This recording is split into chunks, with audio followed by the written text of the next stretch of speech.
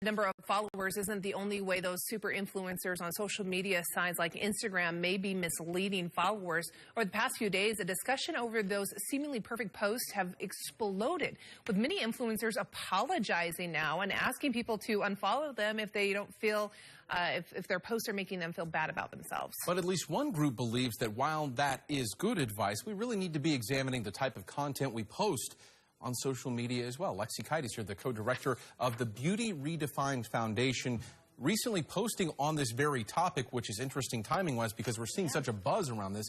So tell us about the mission here at Beauty Redefined, what exactly it is and how it relates to Instagram and buying your followers and this social influence. Yeah, it has very much to do with that conversation. So my twin sister and I, Lindsay Kite, we run the nonprofit Beauty Redefined. We run that online through Instagram, a lot of live speaking events where we have our doctorates in helping people recognize and obtain body image resilience in the face of all of these objectifying ideals like we see on Instagram, especially from these super influencers. We want to talk about how misleading this can be, because in the break we're talking about how you could see this Instagram post and it's an influencer or a blogger talking about a product, but in reality maybe some of their followers are all bots. Absolutely. Oh, we see that all the time, even from just local super influencers. They are buying their followers and then they are producing content that so often, you know, they've been apologizing to people and saying something along the lines of, if you feel like I'm posting content that isn't socially conscious or that is making you compare yourself to me, you should unfollow. And what Beauty Redefined posted was us saying something we've been saying all along.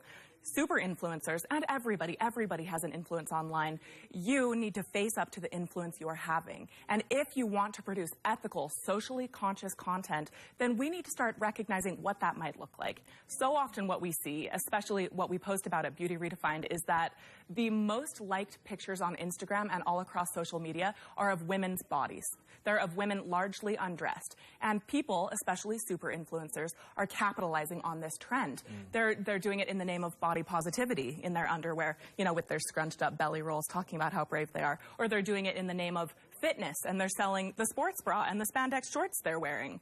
And we need to talk about how to make more socially conscious content that tells women, you are more than a body. You are not just here to decorate the world.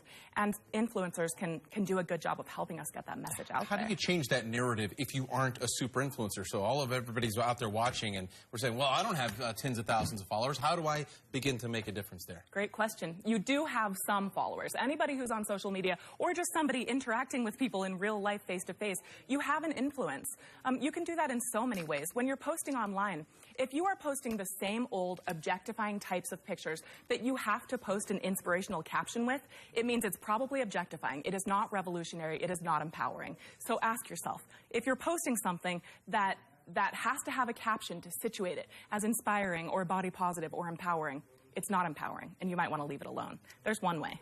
At the same time, we also need to reflect on who we're following and why. Oh, yes, we do. It's so important. There's a lot of accounts out there that are not, I mean, we really shouldn't be following. Absolutely. If you are following a profile or an account on Instagram or any social media, and it's causing you to fixate on yourself, to picture yourself from an outsider's perspective, to feel like you need to buy new products or new clothes or whatever it might be, it is time to unfollow. We tell everybody that. More girls and women use social media than boys and men, and that time spent on social media is directly correlated with low self-esteem, with envy, with loneliness and depression. So we tell every Instagram follower, you need to be careful who you're viewing and maybe step away for a moment and take some time. One influencer I was following, I heard her speak once, and she said, I want everyone here to know that beautiful picture I posted, it took 50 takes and I was standing next to a garbage can and there was a rat on the ground for me to get that one photo. So just know who you're following and what's going on. Where can we get more information?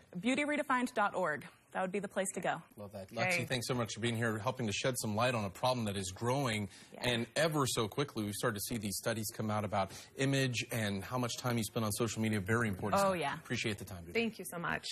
Well, let's take a quick look at